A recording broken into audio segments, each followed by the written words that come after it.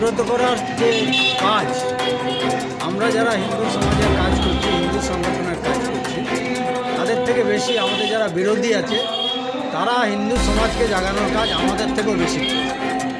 এক শ্রেণীর মানুষ এই বাংলায় কিছুদিন আগে বলেছিল রাম বাংলার নয়, রামের যে সংস্কৃতি, রামের যে কালচার, সেটা বাংলার কালচার নয়, এটা বাংলার বাইরের কালচার। এই সেন্টিমেন্ট বাঙালি হিন্দু সমাজকে উপরে যে আঘাত এনেছে, সেই আঘাত আজকে তার যে প্রতিচ্ছবি, বহির্প্রকাশ, আর তারই লক্ষ্য নেই।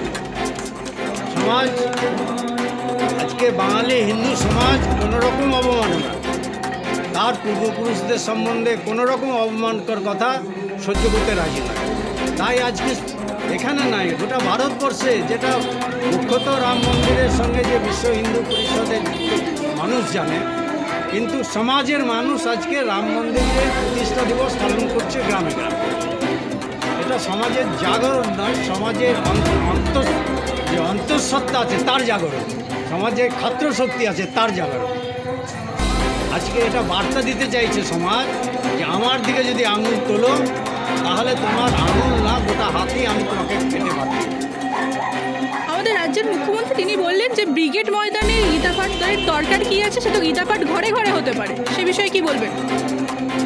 গীতাপাঠ তো ঘরে ঘরে আছে, কিন্তু মুখ্যমন্ত্রী একথা বলতে বাধ্য হচ্ছে কারণ ব্রিগেড ময়দানের মতো ময়দানে 5 লক্ষ, 6 লক্ষ, 7 লক্ষ মানুষকে সমাবেত করে গীতার আকর্ষণ, এই যে হিন্দু সমাজের শক্তি, এই শক্তি দেখে ওনার যে বুদ্ধি, সে বুদ্ধি নাশ হয়ে গেছে। উনি কল্পনা করতে পারেননি যে একটা গীতা ধর্মশাস্ত্রের নামে এই 5 লক্ষ, 6 লক্ষ, 7 লক্ষ মানুষ আর ব্রিগেড ময়দানে উপস্থিত হতে। এইটাই গাত্রতা। ঘরে ঘরে গীতা পাঠ, তো গীতা তো মানুষের হৃদয়ে হৃদয়ে পাঠ হচ্ছে, ওনাকে ঘরে ঘরের কথা কেন বল? হৃদয়ে হৃদয়ে গীতা পাঠ। আর গীতার যা কিছু বাণী আছে, যা কিছু নির্দেশ আছে বিষ্ণুর অবতার কৃষ্ণের, সেই বাণী আর তার নির্দেশ, তার উপদেশ আজকে মানুষ পালন করছে। এটাই ওনার কাছে আতঙ্ক হয়ে দাঁড়িয়েছে। আমরা দেখলাম বারবার আগামীকাল সরস্বতী পূজা, যোগেশচন্দ্র ল কলেজে আগের বছরেও বাধা দেওয়া হয়েছিল, কিন্তু সেই একই পরিস্থিতি এবছরেরও সৃষ্টি হচ্ছে। পূজা পাঠে হঠাৎ করে বাধা দেওয়া হচ্ছে কেন? তাহলে আমরা কোন রাজ্যে বাস করছি? আর বাধা দিয়ে দিচ্ছে সে তো হিন্দু সমাজের মানুষ নয়, সে তো জেয়া দিল। সে মুখ্যমন্ত্রী হন, আর স্বরাষ্ট্রমন্ত্রী হন, আর স্বাস্থ্যমন্ত্রী হন, উনি তো পুতনা যে ছদ্মবেশে এসে কৃষ্ণকে মারতে চেয়েছিল, উনিও তো সেই পুতনা। ওনাকে হিন্দু কে বলে? উনি নিজেই স্বীকার করেন না আমি হিন্দু। এটা তো তার বাইরের খলস, সে তো বাধা দেবেই। আর কোনো বাধা কিন্তু এগুলোকে আটকাতে পারবে না। মাননীয় তো পূজা পাঠ করেন, তার নিজের বাড়িতেই কালী পুজো হয়। পুতনাও তো মা হয়ে এসেছিল না, মায়ের কৃষ্ণের কাছে পুতনা মা হয়ে স্তনপান করাতে এসেছিল, উদ্দেশ্য ছিল কৃষ্ণকে মারা। তাই পূজা পাঠটা মুখ্য, হিন্দু সমাজকে ধোঁকা দেওয়া, এটাই হচ্ছে মুখ্য উদ্দেশ্য। হিন্দু ভোট যেন তার পক্ষে পড়ে, তার জন্য ধোঁকা দেওয়ার জন্য সে এটা করছে, আর বুদেল গায়ের পুজো করছে। ভোট ব্যাংকের রাজনীতি করছেন মাননীয়?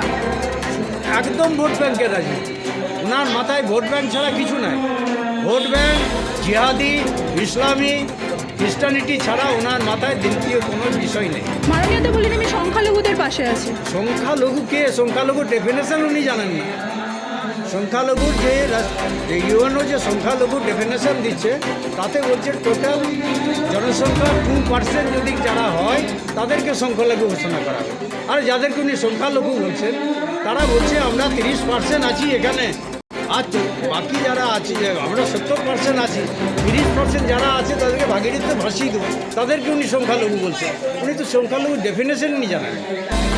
ধন্যবাদ।